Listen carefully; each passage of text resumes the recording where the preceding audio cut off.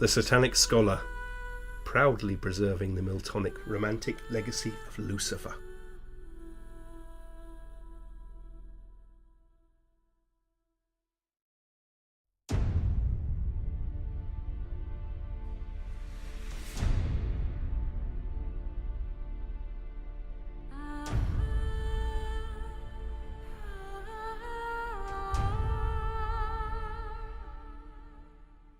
I started my site, The Satanic Scholar, to preserve Lucifer's Miltonic-Romantic legacy, which was really the most radical reappraisal of the arch-rebel the world has ever seen, a truly grand, literary, artistic, cultural tradition that ultimately restored luster to Lucifer's much tarnished name and face.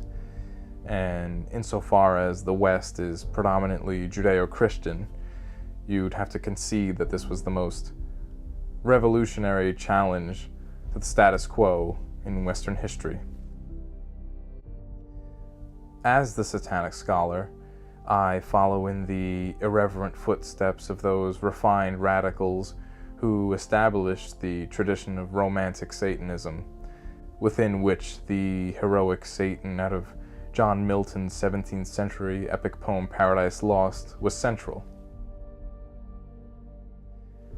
I employ the term Miltonic-Romantic in the same way one would employ the term Greco-Roman. When I refer to Miltonic-Romantic Satanism, I'm basically referring to Satan as he relates to Milton and the Romantics, or Milton's Satan and his or its use during Romanticism, during the phenomenon of Romantic Satanism specifically. I felt compelled to start the Satanic Scholar because Milton's Satan and the tradition of Romantic Satanism he inspired seldom get the attention they deserve, even, I'm sorry to say, in occult satanic circles, which is incomprehensible to me because the tradition of Miltonic-Romantic Satanism was the greatest thing to ever happen to the devil. It was the greatest tradition the devil's name has ever been associated with. I started the Satanic Scholar to safeguard that tradition, to give the Miltonic-Romantic devil his due.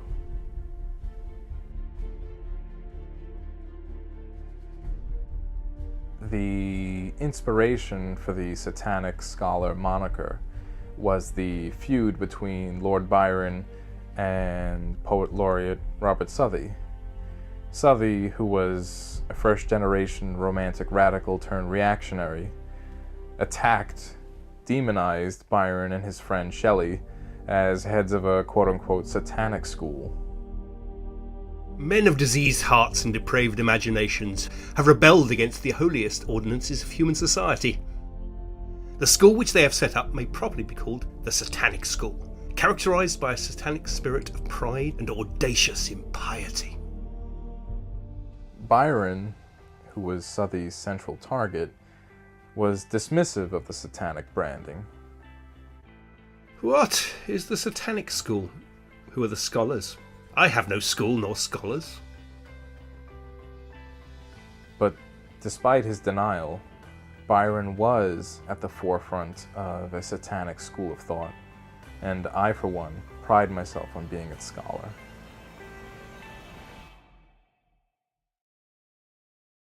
The Satanic School, presided over by Byron and Shelley in the early 19th century, was the apex of Romantic Satanism, which was initiated in 1790s England by the likes of William Godwin, Mary Wollstonecraft, William Blake, and other writers, thinkers, and artists. It was a situation whereby these titanic intellectuals, poets, prose writers, and visual artists celebrated the heroic Satan out of Milton with his dauntless courage and refusal to submit or yield in the face of what he decries as the tyranny of heaven. It must be admitted that his energies centred too much in personal regards, but why did he rebel against his maker? It was, as he himself informs us, because he saw no sufficient reason for that extreme inequality of rank and power which the Creator assumed. It was because prescription and precedent formed no adequate ground for implicit faith. After his fall, why did he still cherish the spirit of opposition? From a persuasion that he was hardly and injuriously treated. He was not discouraged by the apparent inequality of the contest, because a sense of reason and justice was stronger in his mind than a sense of brute force, because he had much of the feelings of an Epictetus or a Cato, and little of those of a slave. He bore his torments with fortitude because he disdained to be subdued by despotic power. In the wake of the American and French revolutions, the Republican, indeed the regicidal Milton, was admired by Romantic radicals, and Milton's Satan was admired as a rebel against the ultimate king, the omnipotent and eternal King of Heaven. Milton's Satan was in turn admired as a Promethean icon of revolutionary virtue, an idealized standard bearer for unfettered man. Romantic Satanism reached its peak in the early 19th century, which was undeniably the moment when Lucifer was at his most lauded. In a word, the interest of the poem arises from the daring ambition and fierce passions of Satan. Satan is the most heroic subject that ever was chosen for a poem, and the execution is as perfect as the design is lofty. His ambition was the greatest, and his punishment was the greatest. But not so his despair, for his fortitude was as great as his sufferings. The fierceness of tormenting flames is qualified and made innoxious by the greater fierceness of his pride. At the summit of Romantic Satanism stood Byron and Shelley, and while Southey's Satanic School diatribe was undeniably inclined to hyperbole, the charge of Satanism was actually rather accurate.